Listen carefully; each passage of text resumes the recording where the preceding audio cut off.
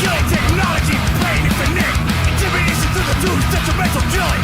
Voice fans, toxic gas, catastrophic killing. Pressure building in the brain, human deranged. Reanimated, complete monster, all life drained. Infatuation with torturous incisions.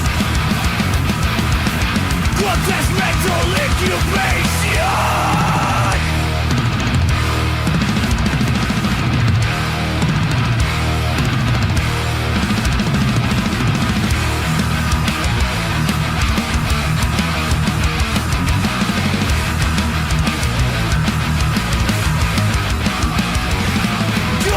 Thoughts and embodiment, completed, torture, the state cement. The decrepit abortion is a must. Blood dry carcass ready to flush.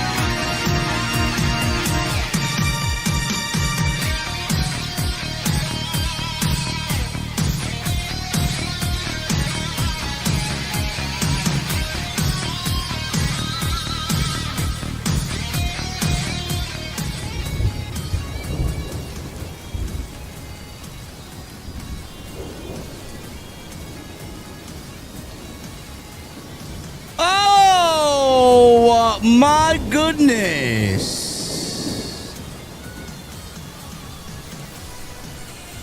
Your boy ain't feeling good tonight, bro. He ain't feeling good tonight, man. I don't know if I'm having a cold beverage tonight. It's going to be a hot one with honey. Monday Night Raw, ladies and gentlemen. Evansville, Indiana.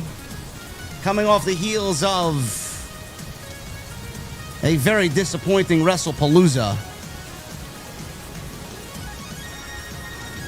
Now, I don't know if WWE actually listened to the criticisms just because of the time frame in between when we ended Wrestle Palooza and we got into the building tonight for Monday Night Raw? Did they listen to the criticisms? Did they smarten up and finally put on a good show that we so desperately needed? I don't know. But I will say this. I enjoyed Monday Night Raw tonight better than Wrestle Palooza.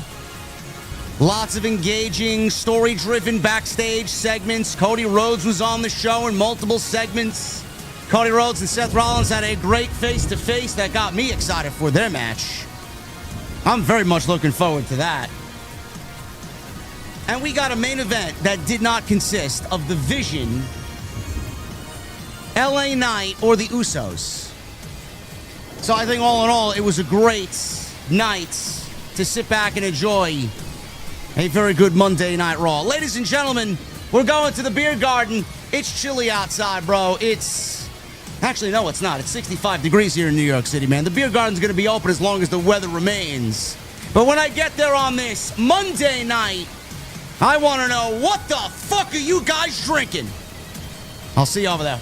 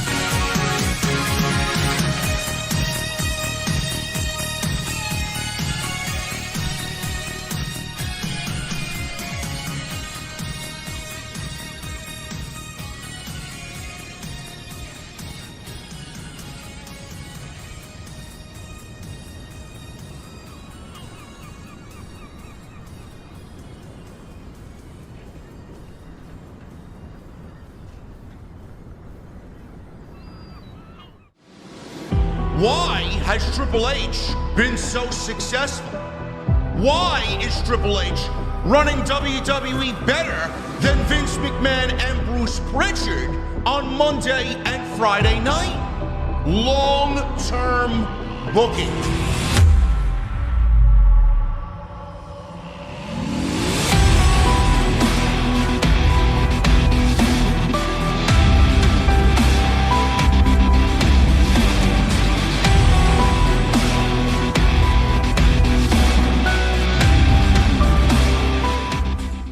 What is going on, guys? Thank you so very much for joining me right here on Off the Script. This is your Monday Night Raw post show for September 22nd, 2025. I'm your host, JD from New York. As always, coming to you live from the OTS Beer Garden. Thank you guys so very much for joining me on this Monday evening, wherever you may be, man. Your boy ain't feeling too good right now.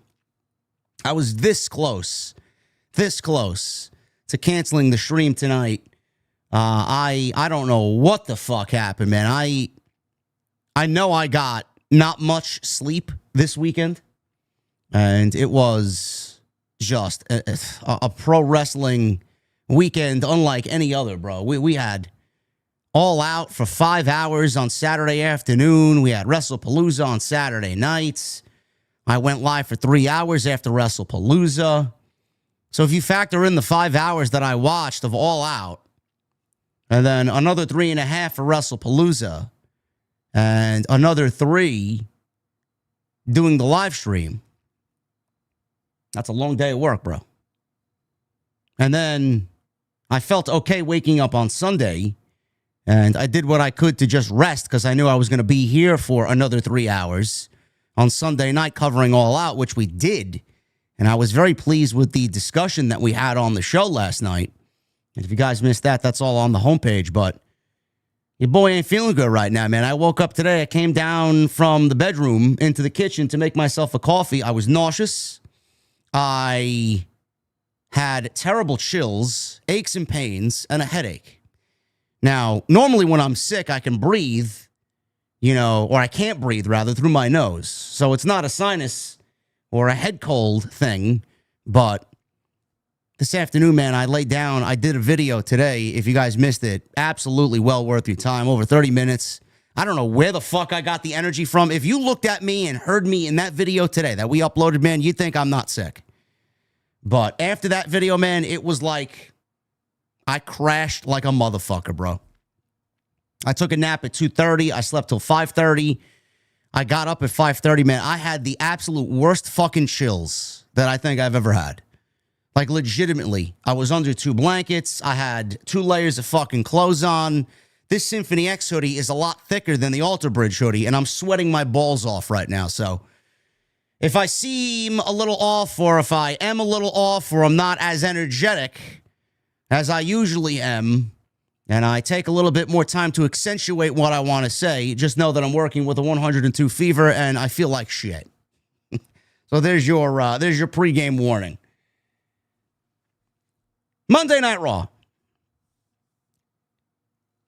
I don't know, after today's drama, which is what we did the video on today, because Andres Hale, who is a sports writer, analyst for ESPN, who covers MMA, boxing, and pro wrestling,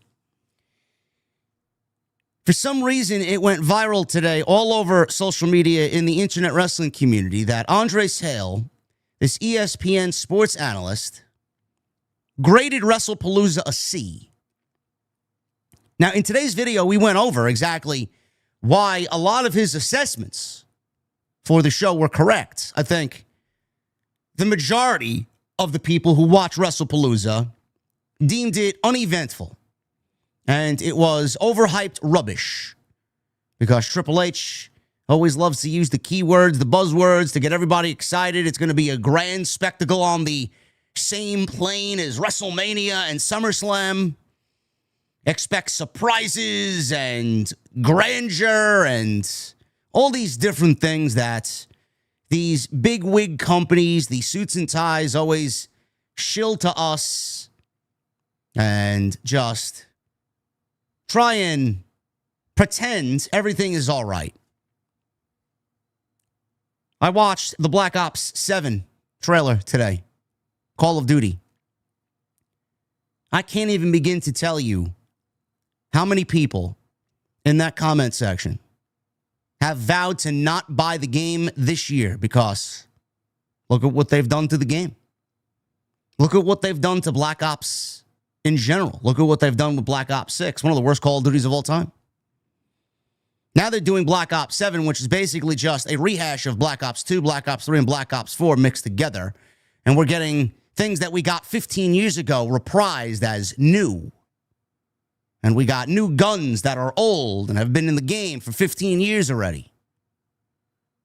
Score streaks that are going to be unattainable because of the skill-based matchmaking.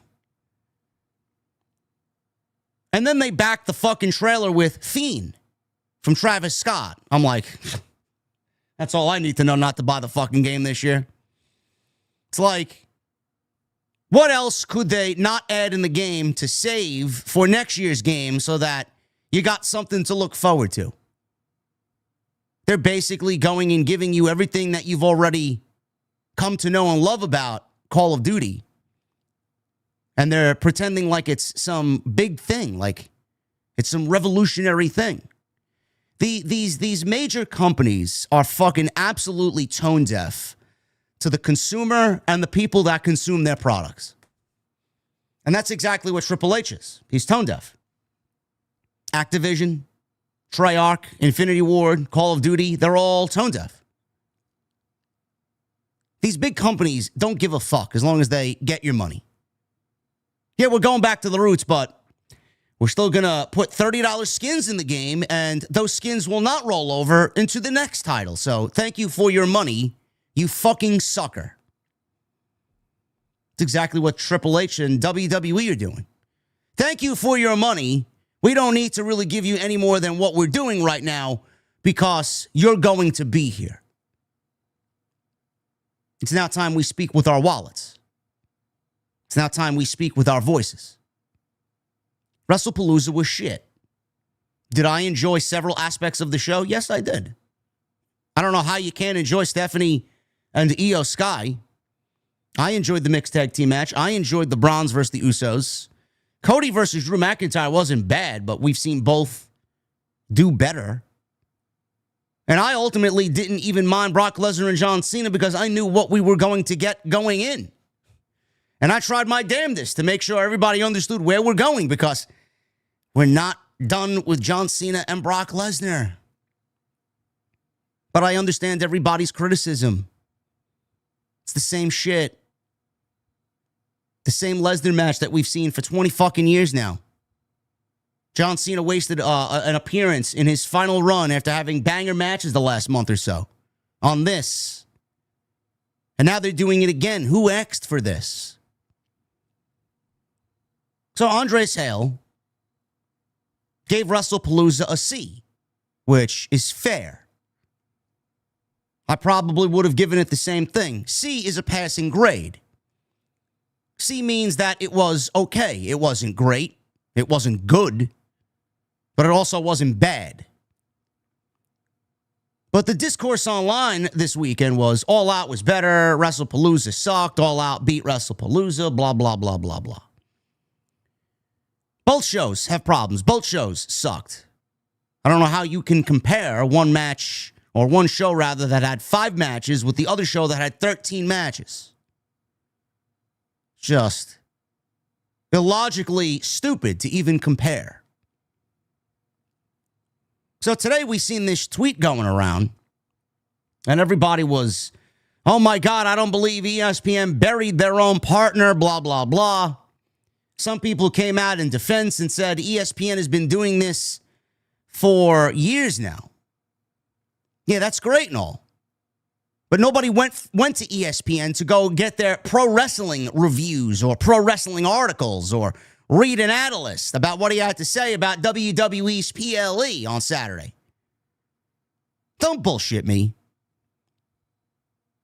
Many people didn't even know that ESPN did the type of coverage that they did on their app and on their website as it pertains to WWE shows. So for the first time, people were seeing this and people were jumping all over it, and rightfully so. But how do you think Triple H is going to look at this when he's the one, he's the face, he's the flag bearer for the company, he's literally everywhere. Everywhere you look, Paul Levesque is there. How do you think he feels knowing that their own partner, ESPN, said that it failed to meet expectations? Which it did. Did he look at that and say, I need to do better? Probably not. Why would he need to do better? WWE sells out all their fucking weekly shows, all their PLEs. They're raking in the fucking money more times than they can fucking count.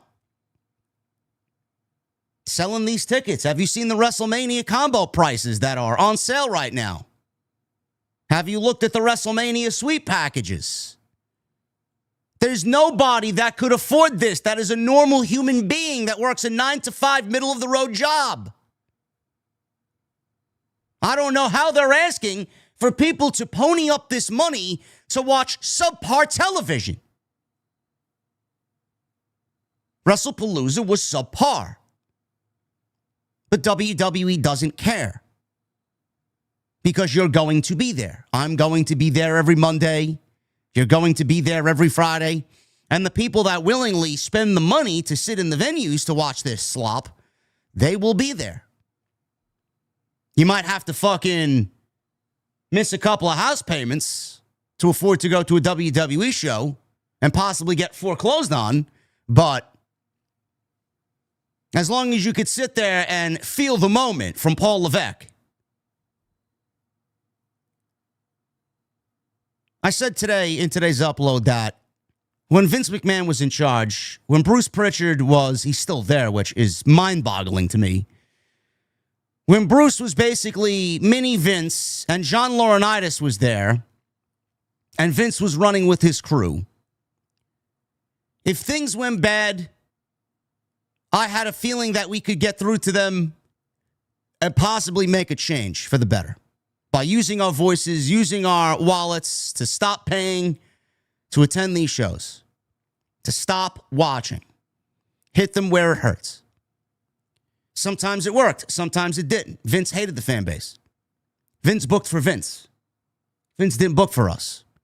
Even though you hear through multiple interviews and outlets that Triple H has been cited saying, well, put yourself in the fan seat and book for that person and what they want to see. Motherfucker, you haven't done that all year.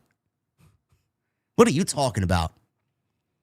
You have moved so far away from that. It's not even funny. It's actually laughable that you could even say that. Vince booked for Vince, but there was a small sliver of a chance that we could get through to him and to that administration by voicing our opinion on social media. This administration with Triple H, Bruce Pritchard, Nick Khan, Michael Hayes, Ari Emanuel, Dwayne Johnson, Nick Khan, Mark Shapiro, they don't care. You are fighting a losing battle. They don't give a shit what you feel, what you have to say, because they know that what they're doing is creating a live event atmosphere that you very much want to be a part of. And as soon as you stop wanting to be there, that will be the only real indication that there could be some change in the future.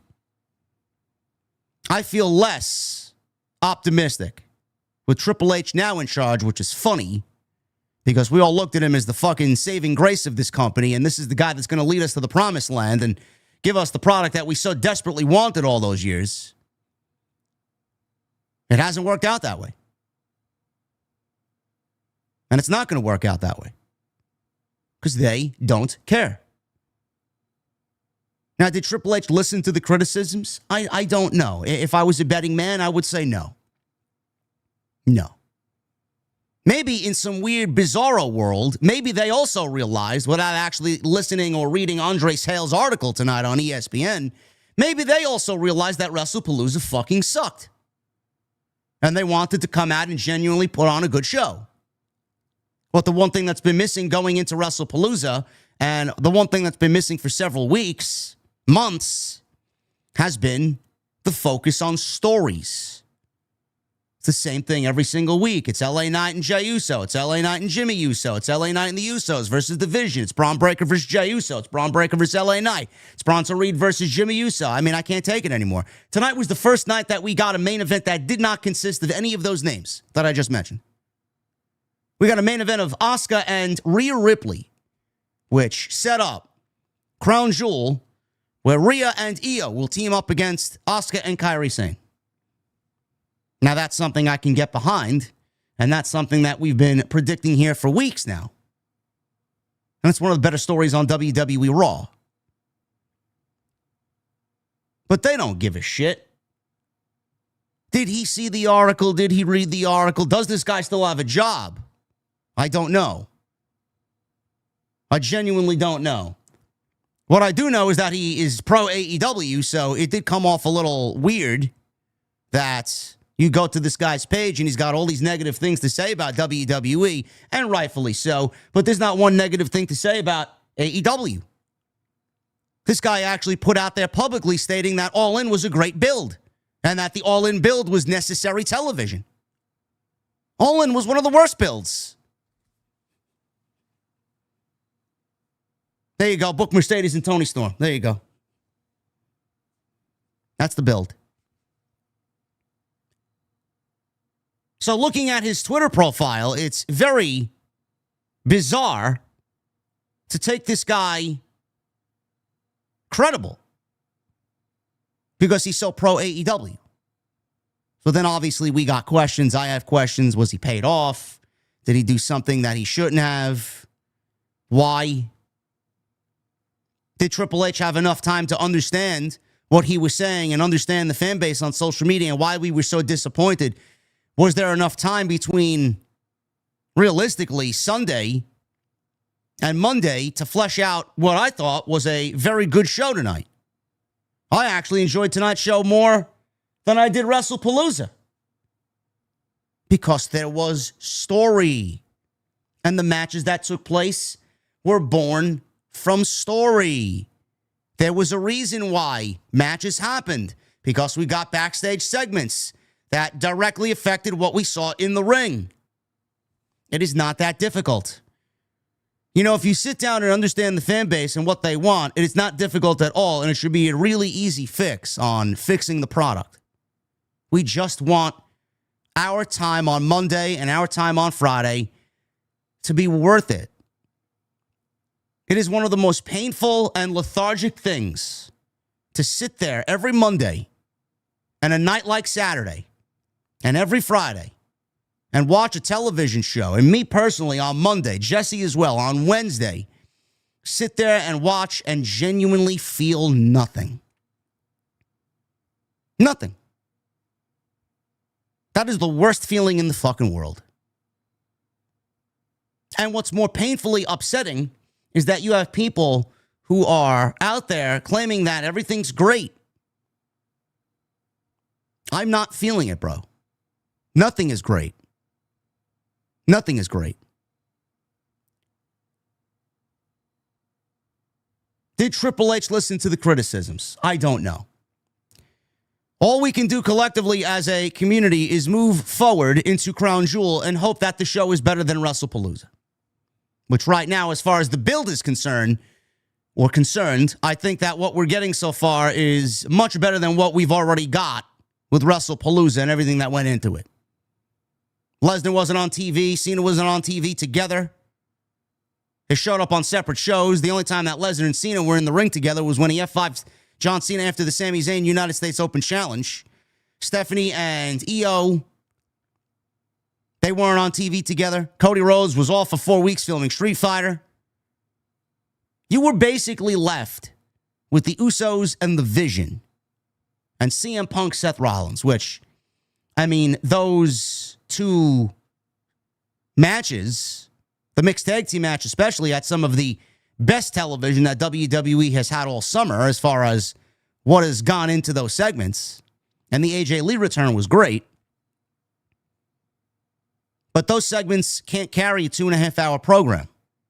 You can't give us the same main event every single night. And don't get me started on SmackDown. SmackDown is just awful. But I enjoyed Monday Night Raw more than I did WrestlePalooza because there was a lot more that went into tonight's show. And we got some great elements going into Crown Jewel. Cody Rhodes and Seth Rollins. They have a history that I very much like and very much am interested in. I think Cody brings out the best in Seth. I think Seth brings out the best in Cody. I think they are two fucking warriors who just absolutely know how to bring out captivating television when they are on screen together because they are basically cut from the same cloth. They both want to be the man. Seth, no matter what you think of Seth, Seth is the world champion. But I would be a betting man to say that Seth obviously has a chip on his shoulder in real life, knowing that Cody's the guy and he believes that he could also be the guy. And I think that makes for great television. We'll go over what they said tonight. I enjoyed that opening segment with Cody Rhodes and Seth Rollins.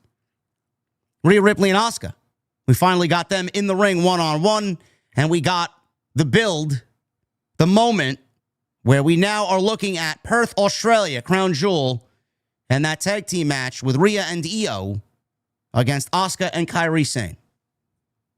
Rusev is going after the Intercontinental Championship. I don't know what happened to AJ Styles in his quest for the IC title, but Rusev is going after the IC title. We had a very, very fun, believe it or not, 6-man no DQ match with the New Day and Grayson Waller against Penta and the War Raiders. That was really, really fun. And the crowd was big time into it. And we got Bayley. Bayley's doing her thing, man. I'm really enjoying this split personality Bayley. She befriended Lyra again tonight after calling Lyra a stupid idiot last week. And then she basically called her a stupid idiot again tonight. as she flipped the switch and went into psycho mode. And Stephanie Vaquer got her own little segment, wholesome segment with Stephanie Vaquer and her father, as she is the new WWE Women's World Champion. She looks at Crown Jewel and awaits the winner of a triple threat match on Friday Night SmackDown, where the only outcome is Tiffany Stratton. If Jade Cargill or Nia Jax win the championship, you're already giving Crown Jewel a thumbs down treatment. Nobody wants to see either of those women win and wrestle Stephanie Vaquer. There's only one option, and that is Tiffany Stratton. We'll go over that, and we will go over the rest of Monday Night Raw, which I thought was a very good show. In fact, like I said multiple times already, I thought it was better than WrestlePalooza. So we will definitely get into this show tonight. I'm going to try and wrap things up in a more timely fashion. I just feel like I'm getting worse as the minutes go on here, so I apologize in advance. Which is great, man. Things work out in a very weird way. There was an announcement on social media tonight that we will not be having Tuesday Night Titans tomorrow. No TNT tomorrow night. There will be a TNT this week, but instead of Tuesday, it will be on Thursday. Thursday at 8 p.m., which is great because I'm not really feeling all that well, and to sit here for a 4-hour podcast with the Solid Monster, not really something I am looking forward to. On most weeks, I'm very much looking forward to sitting down with him because it's my favorite time of the week. But the way that I feel right now, man, it actually works out better that we're not doing it tomorrow. So Thursday at 8:30, Tuesday Night Titans or TNT, Thursday Night Titans this week will take place. Jason's got family commitments, and he will be doing what he's got to do, and we'll see him on Thursday. Follow me on social media at JDfromNY206, Twitter, Instagram, TikTok, and Cameo.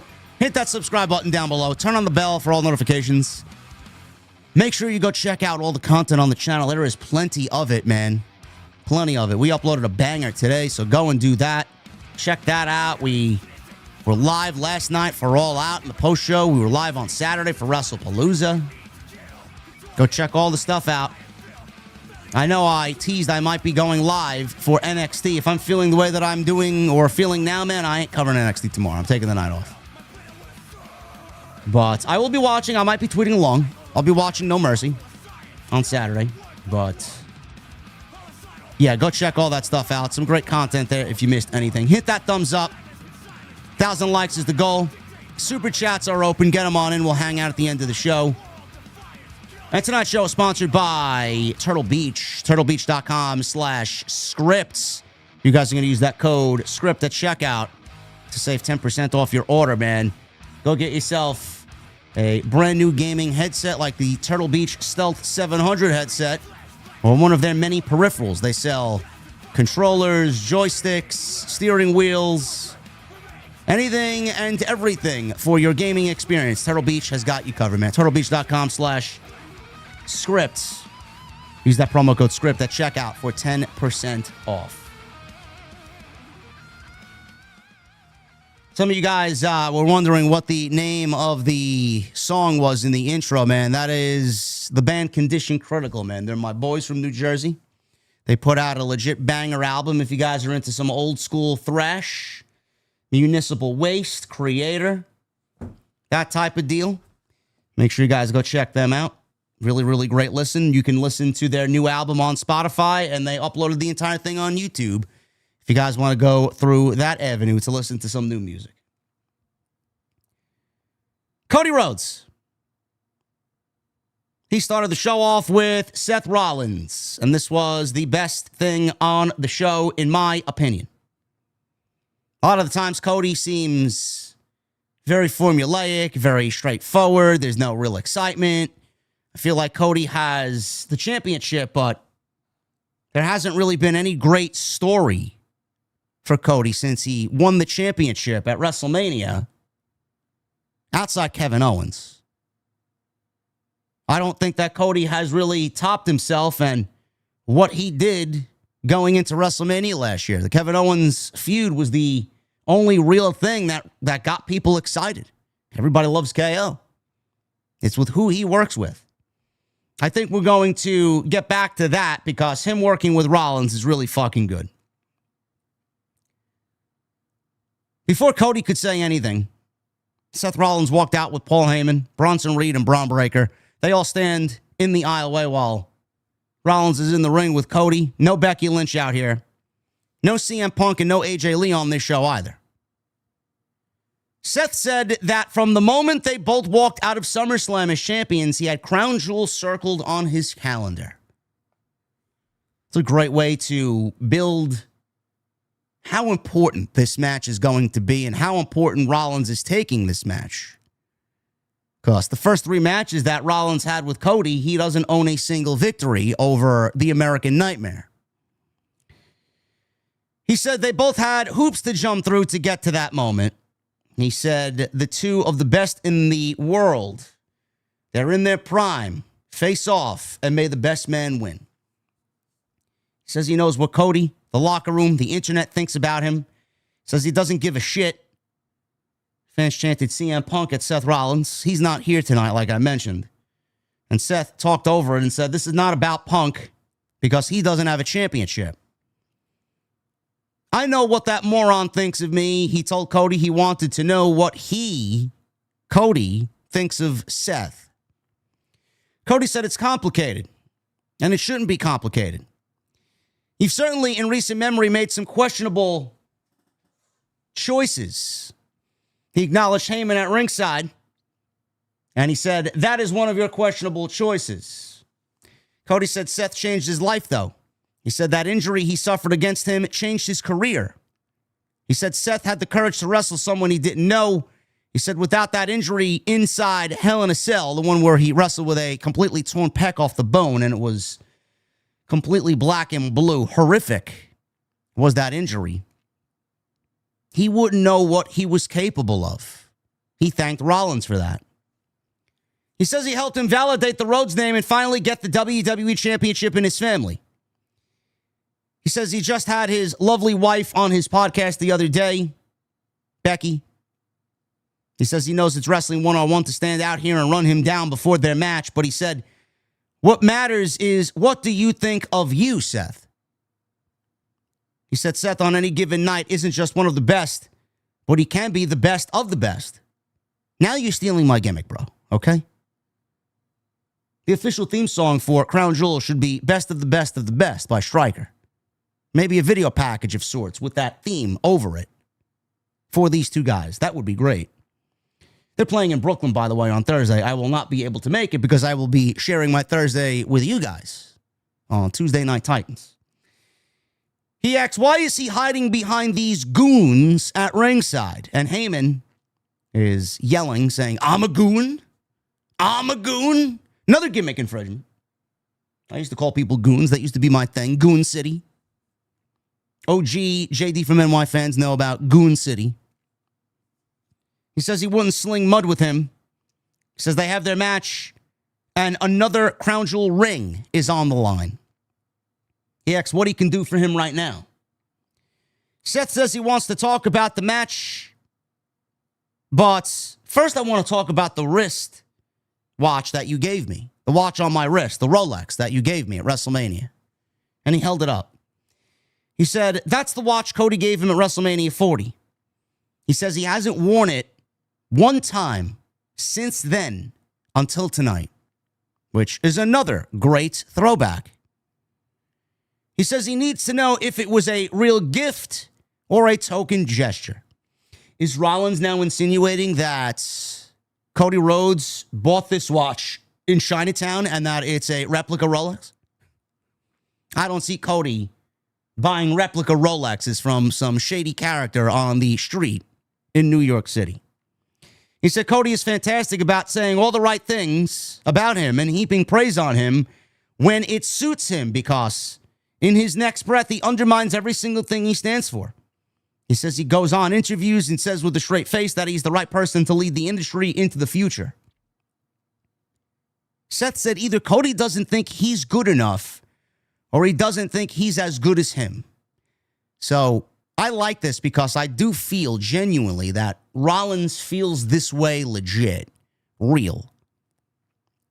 He said, Breaker and Reed aren't goons. He said, the Vision isn't just a group of people. It's an idea of what the future of the industry looks like. He says he's the tip of that spear, not Cody. He says Cody can be the quarterback, but you will be my quarterback. He says if he doesn't agree with that, it doesn't matter. He said in 3 weeks at Crown Jewel, the truth will come out by any means necessary. I am the creator. I am the prime mover, Cody. This is not a two-man show. I am the alpha, he tells Cody. Cody says he has 2 questions for him, and Cody was visibly angry at this point. In the 3 matches that they've had, they were all one-on-one. He asked if that would be the case at Crown Jewel. That's a very good question. That is a very good question. I don't think that it will be one-on-one. I think there'll be some shenanigans there at Crown Jewel. He also asked Seth, how many of those 3 matches has he won? 0. He then walked away as fans oohed and awed, and Seth was very angry because he knows he doesn't own a victory over Cody Rhodes since that WrestleMania match at WrestleMania 38. Fans chanted, Cody, Cody. He walks out of the ring. He walked into the aisleway, and Rollins from the ring was telling Breaker and Reed, move out of the way, let him walk. And no attack here on Cody Rhodes. They held their ground first and then stepped aside and let Cody carefully pass by them as the segment came to a close. This was good stuff. This was good stuff. Cody is so on when he wants to be on. And Seth Rollins, when he is serious, he's fucking great. He really is.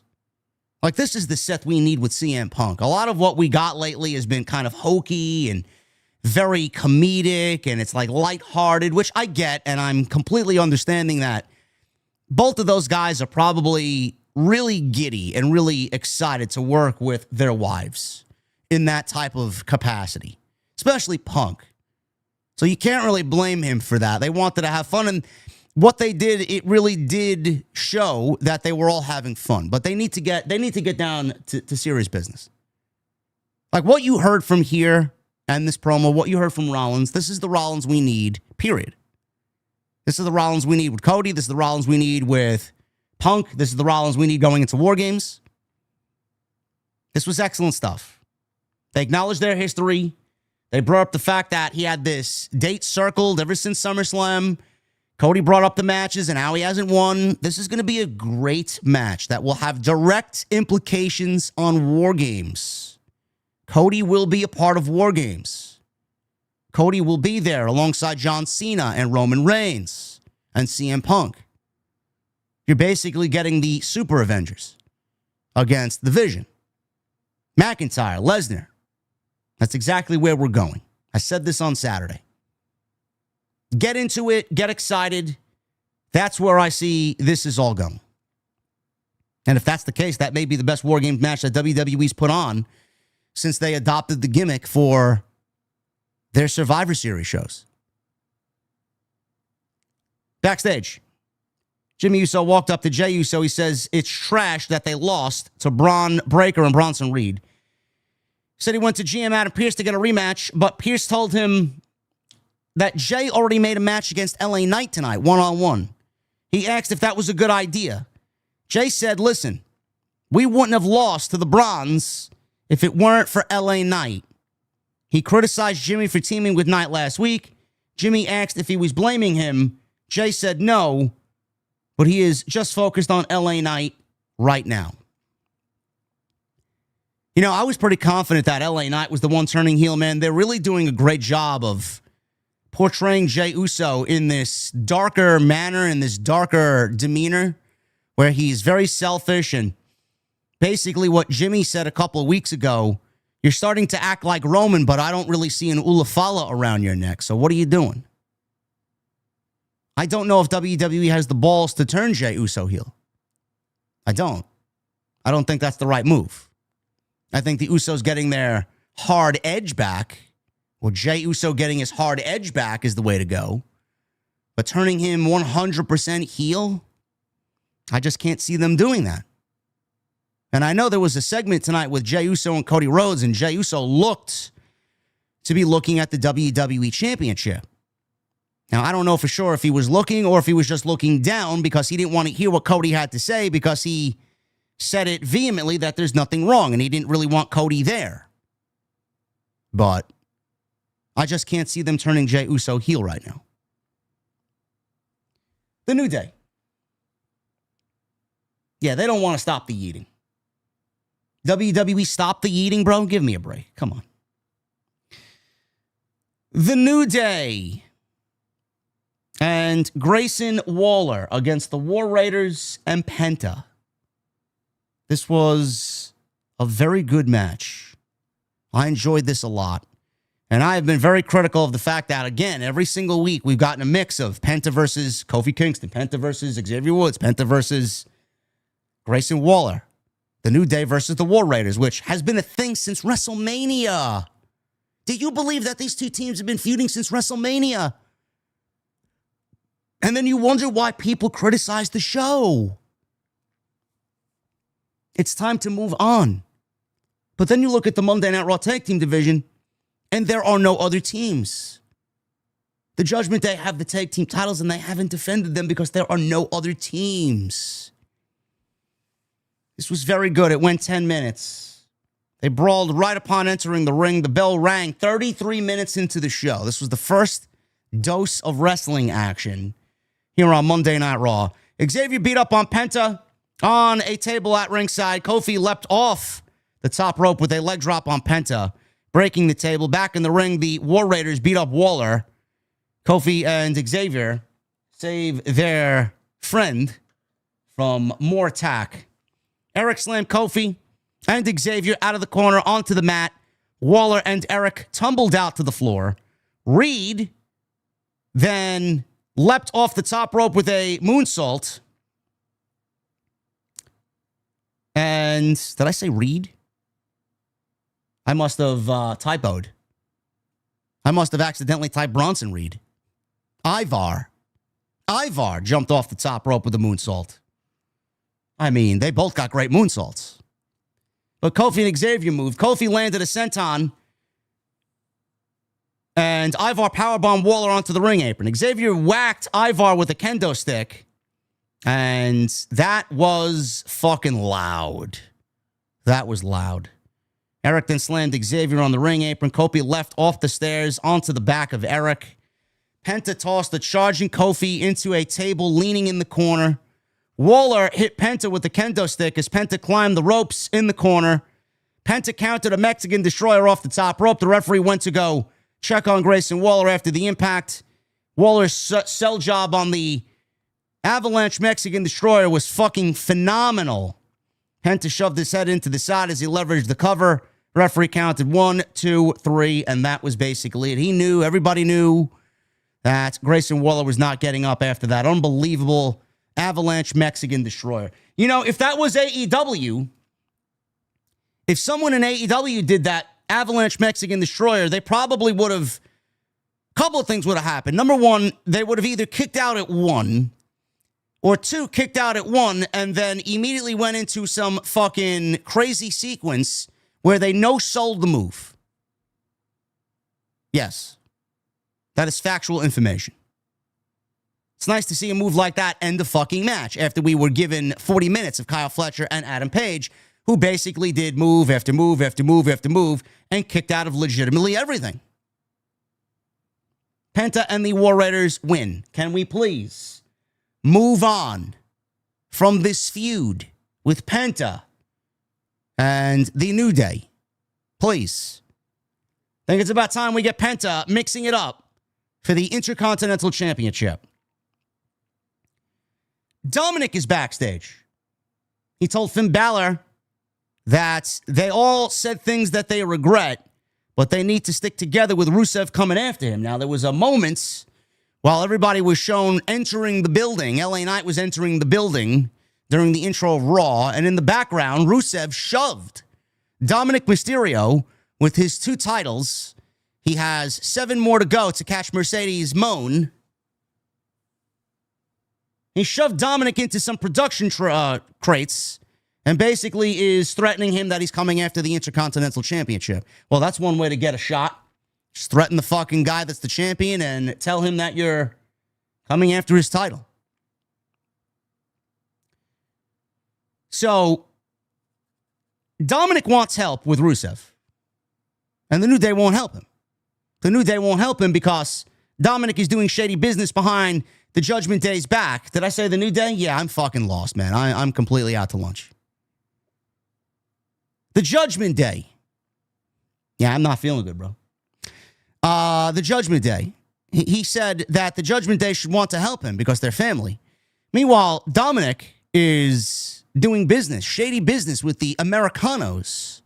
Now, there's a rumor that WWE is in talks with a major food and beverage company to sponsor El Grande Americano. WrestleVotes put this out, so you know it's legit. Bro, I swear to God, if it ain't Starbucks, I don't know what the fuck we're doing. I really don't know what we're doing, man. Tall Americano, Grande Americano, and Venti Americano. Can you imagine El Grande Americano promoting you going to Starbucks to get an El Grande Americano? I mean, that's just money right there. That's a money-making opportunity. Fits like a glove. So Balor's like, nah, I can't help you. I'm busy. He was busy playing Nintendo Switch. Mcdana said the same thing when Dominik asked him, I'm busy. Mcdana said, Dom, it said last week he didn't need any help. Allegedly, said Dom. Allegedly, I said that. Roxanne Perez then told Mcdana to help him. Mcdana says he wasn't doing it for Dom. He was doing it for the Judgment Day. So Dominik says he's already got Pierce to book Mcdana versus Rusev later. Man, you're just throwing him into the lion's pit, huh? Bayley. I really like these backstage segments, bro. They had a lot of backstage segments, which conveys the story a lot better. Bayley walked up to Lyra very enthusiastically. Lyra apologized for barging into her locker room without knocking. Bayley was excited about everything that happened and said it was really good to see her again. Lyra seemed very confused because the last time that Lyra was in Bayley's eyesight, she was being called a stupid idiot. She didn't know what was going on. Wasn't very friendly. Bayley asked her to be in her corner tonight against Roxanne. Lyra said she screamed at her and called her an idiot. Now you want me in your corner. Bayley played dumb and said she's acting weird, but she loves it. Lyra asked if she's not mad at her. She said if it really will help Bayley be the best version of herself, she will be there for Bayley. Bayley said she'd love that. Lyra then agreed to it, and Bayley said, that's great, no takebacks. See you out there. All the while, Stephanie Vaquer walked by Lyra, who was just perplexed at the entire situation, and she doesn't believe that she's actually entertaining Bayley. Psycho Bayley. I think this is going to really do good, not only for Bayley, but for Lyra. I think Lyra cooled off after that IC title feud with Becky Lynch. I think this is going to be a great way to kind of reignite her. Because Bayley, when Bayley really gets psychotic, I think that's really going to be a nice turning point for Lyra. And I think a lot of people are going to, hopefully they understand. Hopefully they understand what Bayley is doing and that she's got split personality disorder. But I hope that when Bayley really gets psychotic, that it really helps Lyra get over, because coming out of that Becky Lynch feud for the IC title, she hasn't really done much of anything. Adam Pearce was in the ring. Stephanie, by the way, walked past Lyra onto the next segment, which Adam Pearce was in the ring ready to introduce Stephanie Vaquer. Now, Wade Barrett said Vaquer is the evolution of the women's division. I don't think anybody is arguing with him there. We have only scratched the surface on what this woman is capable of in the industry. That is an understatement, Mr. Barrett. Pearce congratulated her on her big win. She said this was the dream of her life, and she sacrificed a lot for it and achieved it. She said she is the one that beat the best in EO. She said her hero is her dad, and he set the best example for her to be in this moment right here in front of everybody. So they cut to her dad at ringside, who is very proud papa there, Mr. Vaquer. She said that she'll face the winner of the triple threat match on SmackDown at Crown Jewel. The triple threat match on SmackDown consists of Tiffany Stratton, Nia Jax, and Jade Cargill. She said nobody can stop her. Pyro blasted, segment ended.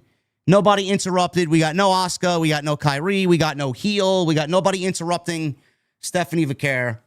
No Tiffany, no Jade, no Nia. Nobody interrupting Stephanie Vaquer, which is great because this is her moment. Give her a spotlight. Have her speak, which she's getting better week by week. She sounds great. And as far as the triple threat match is concerned on Friday Night SmackDown, there is only one winner there, and that is Tiffany Stratton. Absolutely nobody in this community wants to see Jade Cargill and Stephanie Vaquer. Absolutely nobody.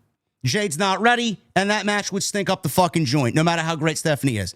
Nia Jax, give me a break. Nobody wants to see Nia anywhere near the World Championship. Tiffany and Stephanie, I wouldn't be surprised if Stephanie Vaquer wins the women's crown jewel belts and gets handed a ring for her accomplishment in Perth, Australia. Stephanie was walking backstage in the next segment. She crossed paths with Nikki Bella, who had a lot to say about her WWE 2K25 render, which looks awful, by the way. I don't know what the fuck they did, man. Nikki Bella looks more manly than any other character in the game. Her entire character model is fucking awful. So I don't know what happened. They're probably on the last leg of that fucking game anyway, man. They're already prepping you for the next game. Prepping you to fucking drop another $150 on the same fucking game every single year, man. Please think with your wallets. Please. Ridiculous. So Stephanie was shown walking backstage. She crossed paths with Nikki Bella. They hugged. Rhea Ripley then joined the scene and congratulated Stephanie and said to Stephanie that she's coming for the title. She said she'll be ready. Asuka and Kyrie showed up.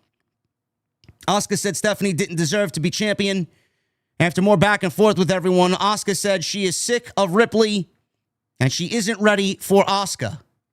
Ripley said she was ready and challenged her to a match tonight, and Asuka immediately accepted. Wow. We got Rhea Ripley and Asuka tonight. No complaints there. Bayley. She comes on out with Lyra. She's going one-on-one with Roxanne Perez. Raquel Rodriguez is in Roxanne Perez's corner. Lyra is in Bayley's corner, keeping her promise. So we go to an early commercial break, literally 90 seconds in. Perez gave Bayley a pop rocks at ringside. She entered the ring and beat the count. Bayley barely beat the 10 count at a 9. Perez distracted the referee. Rodriguez attacked Bayley. Lyra went after her and shoved her into the ring post. Perez leapt onto Lyra at ringside. Bayley recovered and yanked Perez into the ring by her hair. And then all of a sudden, Bayley starts to snap.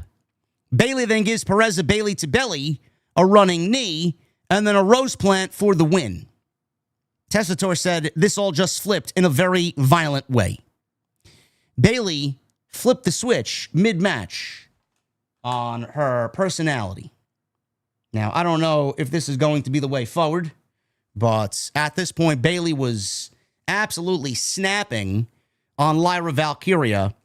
Lyra hugged Bayley and celebrated with her. Bayley shoved Lyra down and yelled at her not to touch her. She told Lyra, "Stay out of my business. Stay out of my match." Bayley stormed out of the ring and Lyra looked on basically with a facial expression of, "You asked me to be out here." Lyra doesn't know what the fuck is going on, man. I wonder what type of segments we're going to get to see, if at all, Lyra is going to uncover or try and figure out what exactly is wrong with Bayley. Maybe we get some psychiatrist angle. Maybe she checks Bayley into a fucking shrink and has her talk out her problems. I don't know. I'm enjoying it so far. We're only 2 weeks into this thing. Really liking it. Roxanne Perez, I've seen a couple of people in the chat already claiming that Roxanne takes nothing but L's. Bro, if there's anybody on this roster you don't have to worry about, it's Roxanne. Roxanne is going to be fine.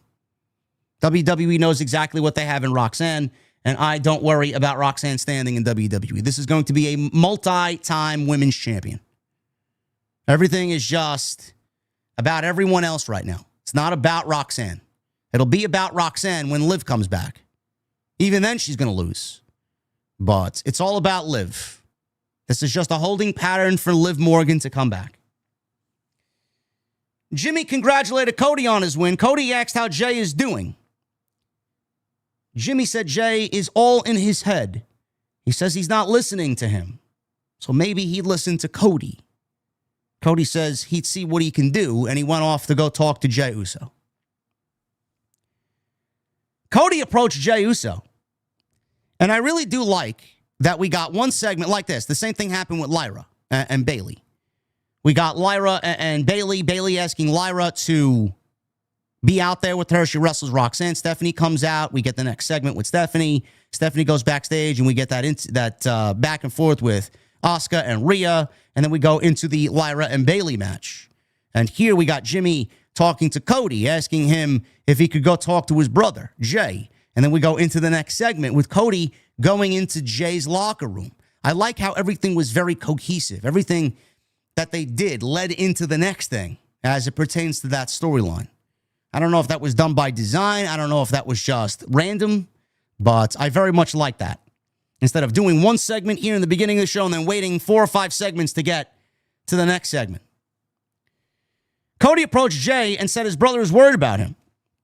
Jay says he's all good. Cody says, listen, man, this thing is all highs and lows, wins and losses. Sometimes people isolate themselves during downtimes. At this point, it looked like Jay Uso was staring at the WWE title. I don't know if that's the case. I didn't really want to believe that because it doesn't really make any sense. But it looked like he was looking at the championship. I'm just going to assume that he was looking down because he didn't really want to be there in that moment, and he didn't really want Cody to be giving him a fucking life lesson here. When Jay already told Cody that everything's all right. Thank you. If I need you, I'll call you. He said what's important is he has his family, his fans, his friends. We believe in you. Jay thanked him and says he will make it back to the top. Again, I don't know. I just can't see them turning Jay Uso heel. I just can't see it. Them not yeeting every Monday, I can't see it. I just don't see it happening. Mcdana versus Rusev. This went 10 minutes. So we got Rusev dominating early here. Mcdana is great. Love what Mcdana brings to the table. Very happy that Rusev is still finding his way to television. This match went 10 minutes. Rusev was in complete control. McDonough kicked the steel steps into Rusev's legs, and then he followed up with an Asai moonsault as we go into a commercial break. McDonough continued with the offense here after the break, including a moonsault for a 2. McDonough hit Rusev with multiple clotheslines, but he couldn't knock him down. Rusev nailed him with a body slam and a machka kick. Rusev then applied the accolade, and Dom hopped on the apron. Dominik considered breaking it up, and he just stood there, and he didn't do anything to save JD McDonough. He was too afraid to get in there and get his hands on Rusev. So McDonough tapped out. Rusev wouldn't let go of the hold as Dom just stood there. So Balor ran out and gave Rusev a reverse DDT, which got a decent pop. Before Rusev could get up, Judgment Day escaped while Balor, he starts yelling at Dominik about why he let Rusev just destroy JD McDonough and why he didn't help JD McDonough. Again, I mean, it's not the greatest storyline, but there is tensions, and there are things that led to what you're seeing happening on television.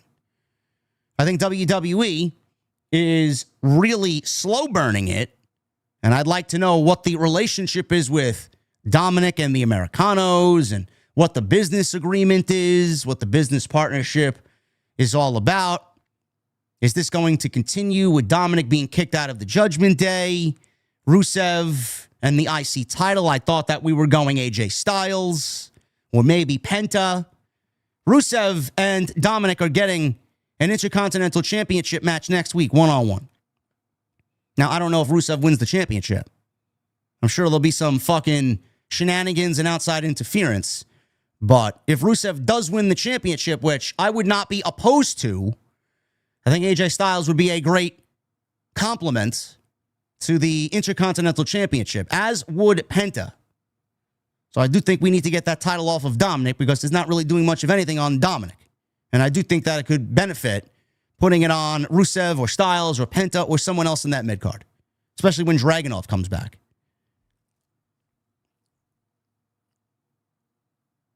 Io Sky approached Asuka and Kairi Sane backstage.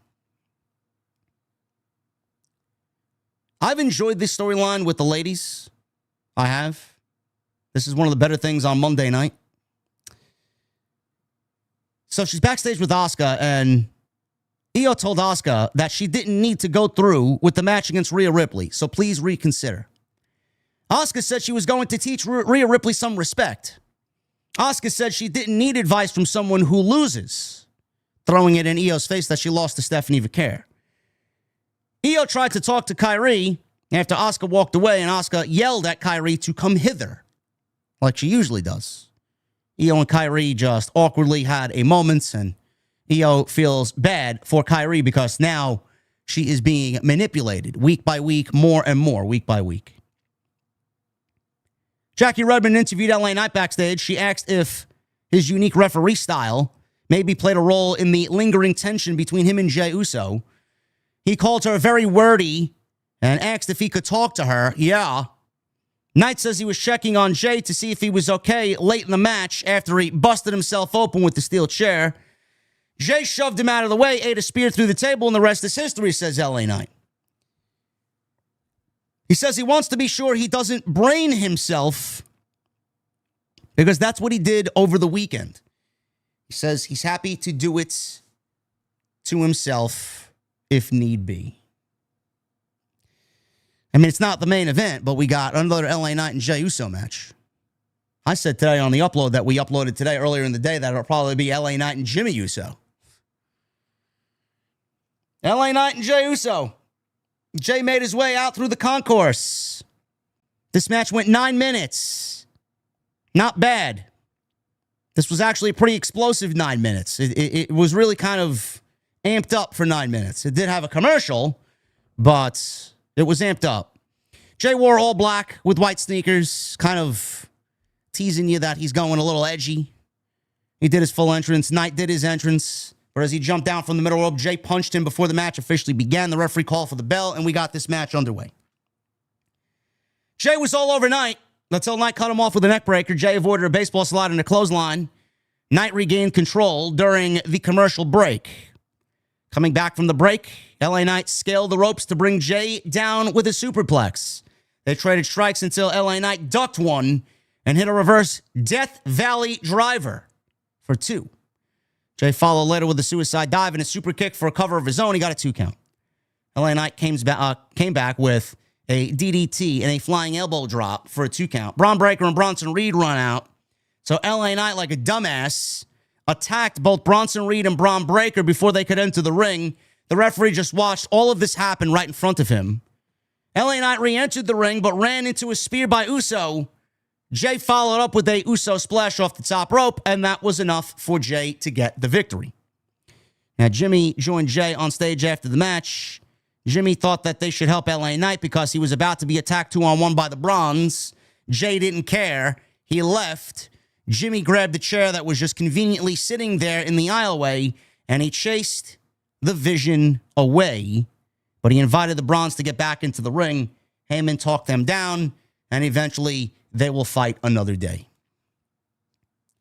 Again, I don't really know exactly what's going on here. They're really kind of teasing it, but I don't think they're going in that direction. I think, if anything, LA Knight turns heel because he needs it more than anybody, really, on the main roster. He's just been stuck in this mid-card purgatory. But next week, we got the Usos versus Bronson Reed and Braun Breaker, a rematch from WrestlePalooza. This time, it's going to be Texas Tornado Rules. So we just basically got one here with the 6-man tag team match with the New Day and Grayson Waller against Penta and the War Raiders. So more of the same next week. This time it's just a WrestlePalooza rematch between the Usos and the Bronze. Becky Lynch. She ranted backstage while Rollins was in deep thought looking at his Rolex that Cody gave him last year at WrestleMania. Or at WrestleMania 40, rather. Lynch ranted about Rhodes, the Usos, the fans. She says the fans were thieves, and they tried to steal the things that they've built. She says she's the greatest female professional wrestler of all time, and I'm not the only one that's saying it. Sports Illustrated says it. Bleacher Report says it. ESPN says it. Love how she's just throwing that into her promos now. Lynch wanted to make an example, and she left. Rollins didn't say a word. He continued to look at the Rolex, which is a beautiful Rolex. Not my preferred choice. I'm more of a Daytona, Submariner, Milgauss type of Rolex guy, but it was a baby blue. I think it was a baby blue Oyster Perpetual Rolex. Really nice dial. I think those specific colored dials only come in white gold. So Cody might have dropped a couple of several thousand on Seth Rollins. Well, he was his shield, you know. It was his shield at WrestleMania, which he did mention in the promo. Io Sky approached Rhea Ripley. Rhea Ripley asked if they were allowed to be around each other. Yes, she's allowed to be around Io. She's a grown woman. Io wanted Ripley to cancel her match with Asuka. Asuka said she was sick of Asuka's disrespect. Ripley hoped that they could beat the respect into each other, like she did with Io. Io said fine. Now, before Io could leave, Rhea Ripley told her to be careful around Asuka. Io was offended by this comment. Io then said Asuka was family, and Io, she thanked Asuka for being the reason why she was there in the first place. Io said she could trust Asuka, but I don't know if I could trust you, Rhea. Io left, and Rhea Ripley was upset because I think Rhea has done a lot to show that she is someone that has Io's back, and Io doesn't believe that Rhea can be trusted. She's just very disillusioned that Asuka is a bitch, but we love bitchy Asuka. We love evil Asuka. Rhea Ripley and Asuka, main event here on Monday Night Raw. They went 18 minutes. Hallelujah! A main event that isn't the Vision and the Usos or LA Knight. Holy shit. This was their first match since December 2022. And the commentators, again, hyping it up. This is a WrestleMania main event match here on Raw. No, it's not. No, it's not. Give me a break. Maybe 5 years ago, 6 years ago, maybe. Now, no. So, a minute into the match, we go into commercial. Typical WWE. Yes, I'm still watching on Netflix and not watching via VPN. Asuka was in control, targeting the leg. Rhea Ripley came back with clotheslines, a thrust kick, a drop kick. Northern Lights suplex for a 2 count. Rhea Ripley went for a razor's edge, but Asuka avoided that. Drop kicked her leg, hit a sliding kick for a 2. Rhea Ripley responded with a boot and a cannonball off the apron, and we go into a second commercial break. Rhea Ripley is in control through the commercial break, hits a superplex when they come back. Asuka and Rhea trade strikes. Asuka applied not an ankle lock, but a jackknife cover for a 2. Rhea Ripley followed with a thrust kick, razor's edge, which looked great, and a shining wizard, which looked great. She goes for another cover. She gets a 2 count. Asuka quickly off the shining wizard and the kick out. She went for an armbar. Rhea Ripley managed to escape. Ripley missed a charge and collided with the turnbuckle. Asuka followed with a kick to the head. She goes for cover and gets a 2 count. Asuka then knocked Rhea Ripley out of the ring and bounced her out off the commentary table. Asuka said something to Kyrie before getting back in the ring as Kyrie waffled on whether or not she wanted to hit Rhea Ripley. She did not. She eventually did, but in that moment, she did not. And I'm glad she did not because the referee was looking right at her. So, Rhea Ripley tried another attack. Asuka caught her leg in a leg lock. Rhea Ripley tried getting to her feet, so Asuka nailed a German suplex. Asuka came off the top, but Ripley nailed her with a mid-air dropkick, which looks great. I have ExpressVPN. I just don't use it for this. Asuka shouted orders to Kyrie, so she reluctantly jumped on the apron with her fist clenched. Sane went for a back fist, so she opted to hit Rhea Ripley, but Rhea Ripley ducked and blocked it. Asuka went for a running hip attack. Rhea Ripley moved. Asuka accidentally knocked Kyrie off the apron by mistake.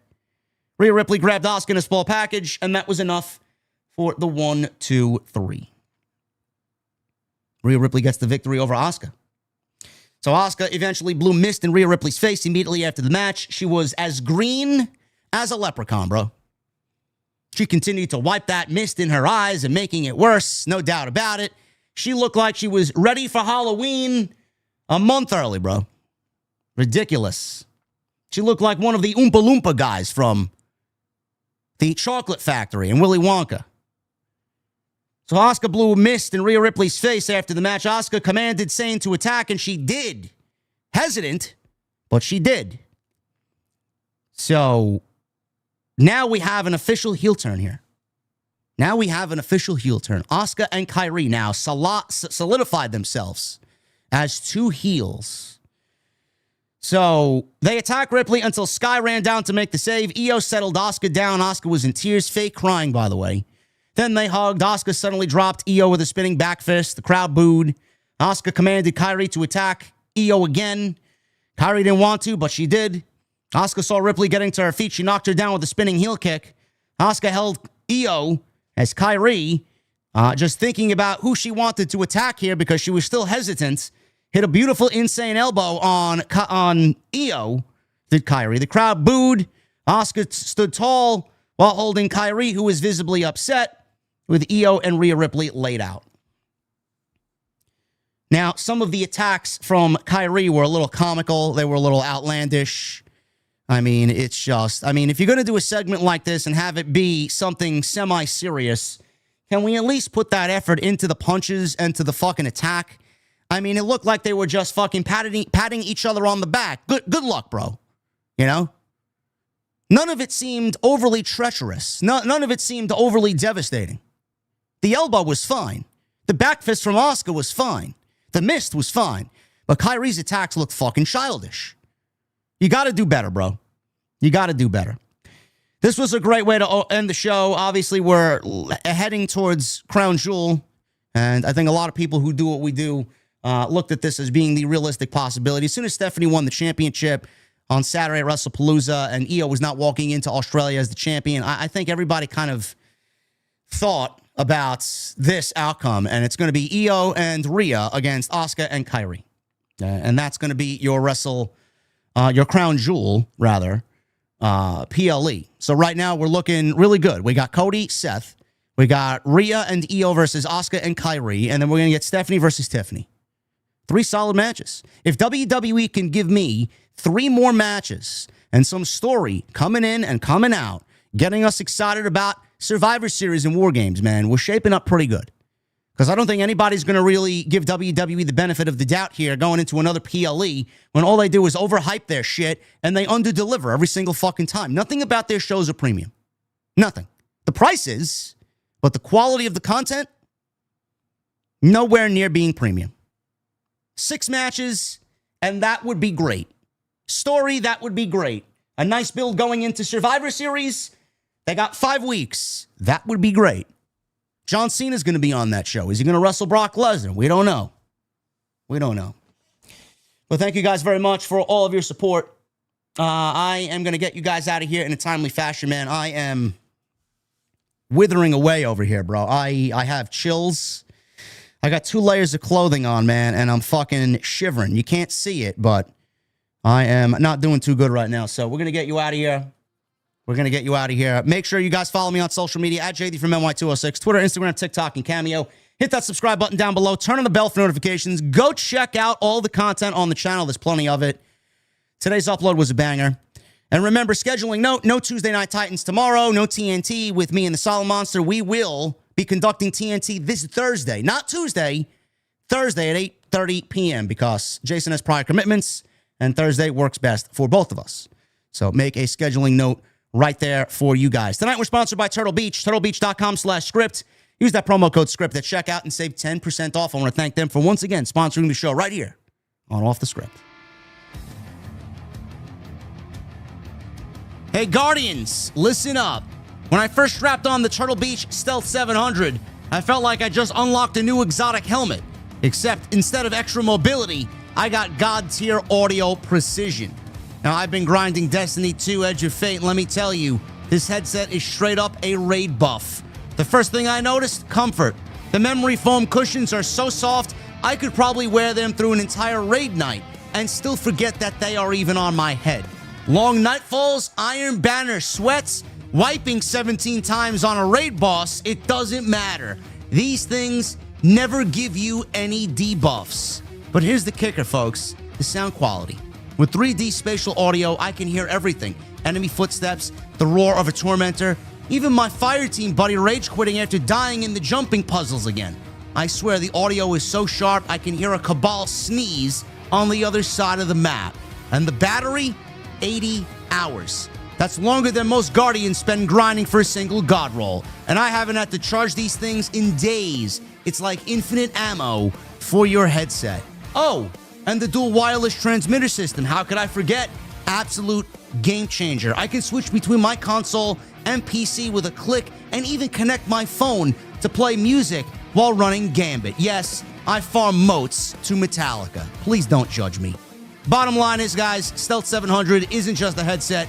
It's your new exotic for real life. Turtle Beach is the ultimate gaming cheat code. Head to turtlebeach.com and use my code SCRIPTS for 10% off your entire order. That's 10% off at turtlebeach.com with promo code SCRIPTS. And when they ask you where you heard about it, tell them Off the Script sent you. Get the ultimate immersive gaming experience with Turtle Beach today.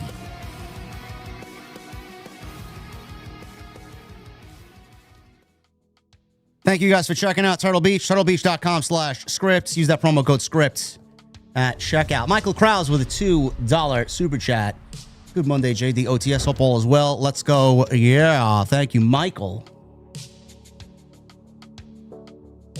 Lucas with a $9.99. This needs to be said. I'm sick and tired of someone who has a different opinion going off at someone for having a different opinion. An opinion is an opinion. It's okay if you disagree. Yeah. Tell that to the sickos. They don't genuinely understand why I'm so disenfranchised with the AEW product. They don't get it. They think it's hate. Meanwhile, all my criticisms are 100% valid. Michelle with a 2. Great promo by Seth and Cody. Intense, but who wins? Seth wins. Seth Rollins is going to win. What a difference a year makes, says Best in the World Matt with a $20 super chat. I saw Stephanie Vaquer live in Chicago at Windy City Riot last year defending the New Japan Women's Strong Championship against Azumi. To see her now is simply amazing. She's earned it. Congrats to her. Yeah, she's come a long way, bro. I didn't even know who she was before she signed with WWE. Love at first sight, bro. Love at first sight. Hardy Punk with a $2 super chat. Could heel Jay trigger a chain reaction equaling heel Cody? I don't know. We're not turning both of them heel at the same time. I don't think Jay is turning heel.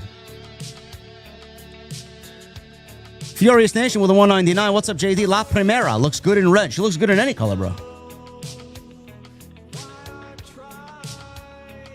Furious Nation with a $4.99 times 2. It's been 18 years that I watched wrestling in WWE, and I've watched ever since.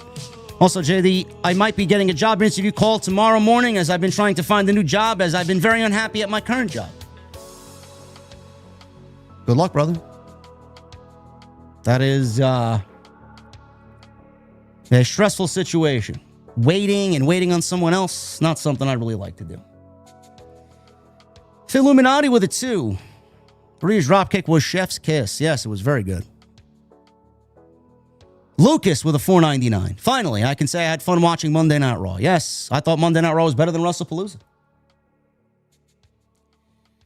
Illuminati with a 5. Is this the start of ESPN holding WWE accountable for their products? I don't think so, bro. I don't think so. WWE should want to put on great shows with or without ESPN approving. I don't know who wakes up and says they want to put on a shitty show. Sure seems like with the improvement of tonight's Raw. Your thoughts, JD? Well, I talked about that at the open, bro. I don't really think that they looked at the criticisms and really did anything with it.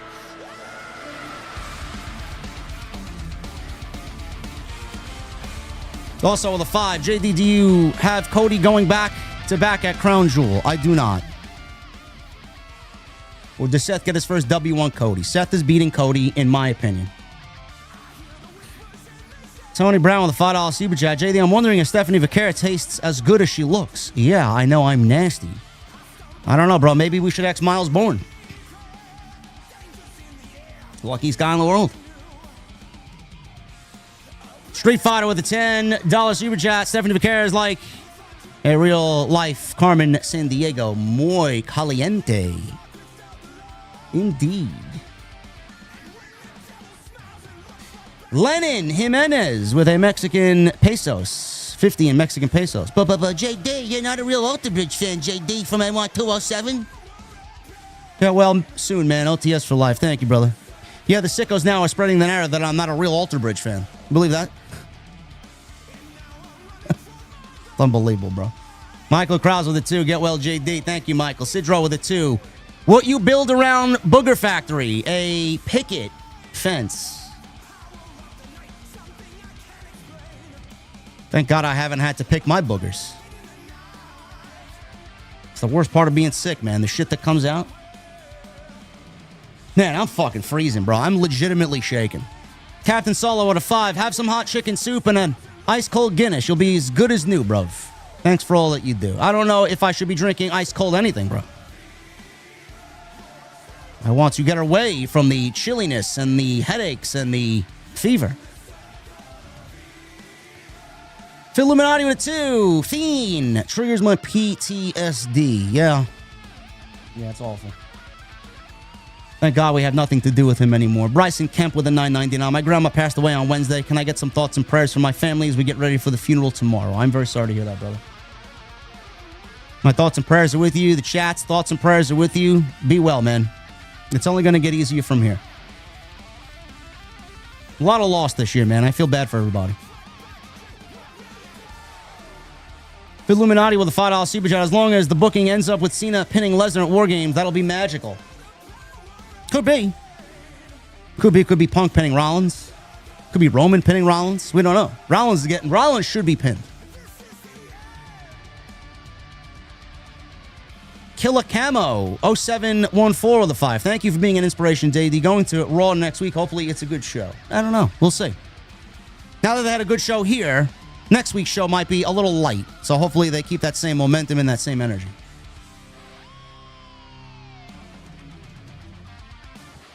Sidro with a 5. What do you call a ghost that haunts a chicken coop? A poultrygeist. And James Bond has an obese friend named Martin.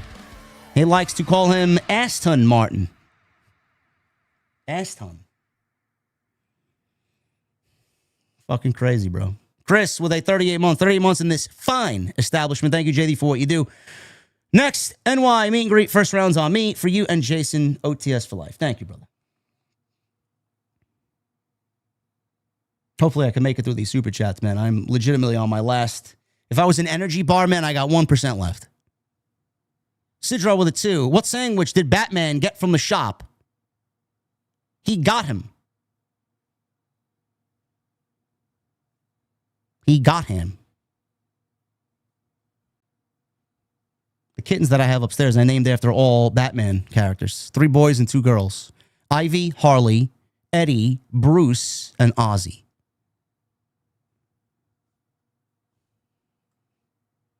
Mason, $9.99. Do you see Jay Uso turning heel? I don't. Sidro with a 5. What kind of car makes an electrician drive? A Volkswagen. Fun fact, I drive a 2013 Jetta. And what you learn every morning as a man, how to drain a dragon. Chris Leon with a 39 months. Rollins cannot go 0-4 versus Cody. I agree. Chaotic with a $4.99 and a $4.99. Unrelated, but I'm looking at highlights of tonight's Raw and AEW All Out show. How small was AEW's ring? Am I tripping? I think they have an 18 by 18 ring, bro. I think the WWE is regulation 20 by 20. The one that they used in Australia in February was 16 by 16. Chaotic also says, I smell a fuck finish at Crown Jewel. Rollins hinted at something during that promo somebody knew was getting involved. Probably. When Cody asked him, are you going to show up alone like you did during our other 3 matches? Could be Lesnar. Could be McIntyre. Michael Krause with a 2. Maybe Brock cost Cody the match at Crown Jewel. Maybe. Maybe. Gold Standard with a 10. WrestlePalooza was way better than All In. WWE is where the best wrestle. If Hangnail Page was in WWE, he could be a real star. Tribalism much, Gold Standard? Street Fighter with a 5. Stephanie will be a 94 in WWE 2K26. That's it? Zeno with a 5. JD, I peed a little of the all-out rant yesterday. Now, mind you, I don't watch AEW, but are they really setting each other on fire over there? What the fuck? Yes, Darby Allin set Jon Moxley on fire last night, or on Saturday afternoon. Yeah. He was in a body bag and he lit him on fire. Captain Solo with a 5. Jay was definitely eyeing Cody's championship. They are planting seeds. Seems like foreshadowing to me. Well, they did that with Randy Orton, too, and nothing's come of that, so I'm not really thinking too much into that right now. Lavelle with a 2. Who joins Steph in the Hall of Fame next year? I don't know. I genuinely can't even think about it, let alone right now. Steph with a 4 months. Feel better, JD. We love you. Thank you, Stephanie. Phil Illuminati with a 5. Stephanie makes me want to go to Chile as a passport, bro. Good luck finding as, I don't know. I'm not going to say anything. There's a lovely group of ladies down there, I'm sure, that are just as attractive as Stephanie Vaquer. And Mike Corona with a 199. Anyone else worried Rhea's getting too skinny? I am not. I think Rhea looks fantastic. Guys, thank you very much, man. I am getting out of here. I feel like shit. I barely made it. Barely made it. Thank you guys for sitting with me. I apologize in advance. Hopefully I am okay by Wednesday for the Dynamite coverage. No TNT tomorrow. Make sure you guys tune in Thursday, 8:30. Jason and I will be live right here on this channel, TNT, Thursday night. Follow me on social media at JDfromNY206, Twitter, Instagram, TikTok, Cameo. Hit that subscribe button down below. Turn on the bell for all notifications. Please go check out all the great content on the channel. There's plenty of it, including today's banger video. You guys need to go check that one out. Really good stuff. Talking about the ESPN grading and WrestlePalooza, and the fact that this guy was a pro AEW analyst. A lot of things in there, man. We even throw some shade at Ricochet as well. So make sure you guys go check that out. Hit that thumbs up. I'd love to see 1,000 likes here on this post show. Leave a comment down below. Let me know what you guys thought of Monday Night Raw. Did you enjoy it better than WrestlePalooza? Or maybe you're not watching at all, which at that point, I don't blame you. And please, go check out Turtle Beach, turtlebeach.com/script. Use that promo code SCRIPT at checkout.